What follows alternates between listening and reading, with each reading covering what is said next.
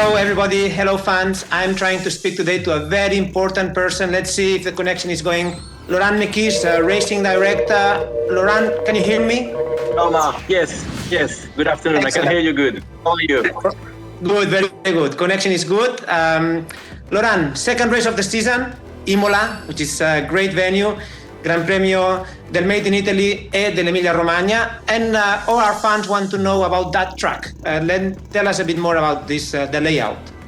Imola is a great track, Mark. It's a home race at first. We have two home races this year. Imola is only 1 hour away from the factory, so it's very special to go there. It was incredible to be back there after many years last year. What sort of track is Imola? It's a track where you need a very sharp car for changing directions, because there is many very sharp change of directions. At the same time, you have incredibly challenging high-speed corners. So you need these sharp cars in the change of directions. You need a good car for the high-speed corners. And in the middle of that, you have quite aggressive curbs. So you somehow also need a car that will be able to be soft enough and compliant enough to deal with these curbs. So as you can see, three elements that are not necessarily compatible one with the other, but it's part of the work that we will all have there with our drivers and our team of engineers to try to find the right compromise. And because we've been there just a few months ago, last year, how do we know what to expect from the performance of the car? Do we only look at the data from the previous time we went there?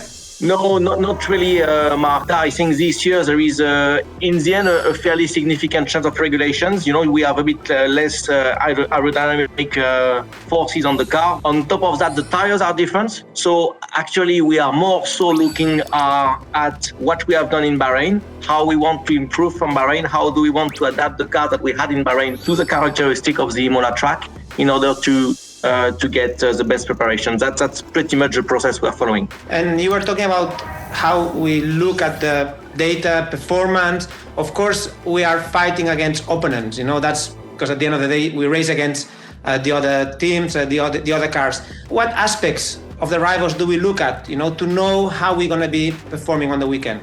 It's a very good question, Mark. As much as we should all concentrate on ourselves, it's very difficult not to look at the opposition. So yes, you are right. We do a great amount of data analysis on what the other competitors are doing. We have a huge amount of data now available also from the competitions through the GPS analysis, through the audio analysis.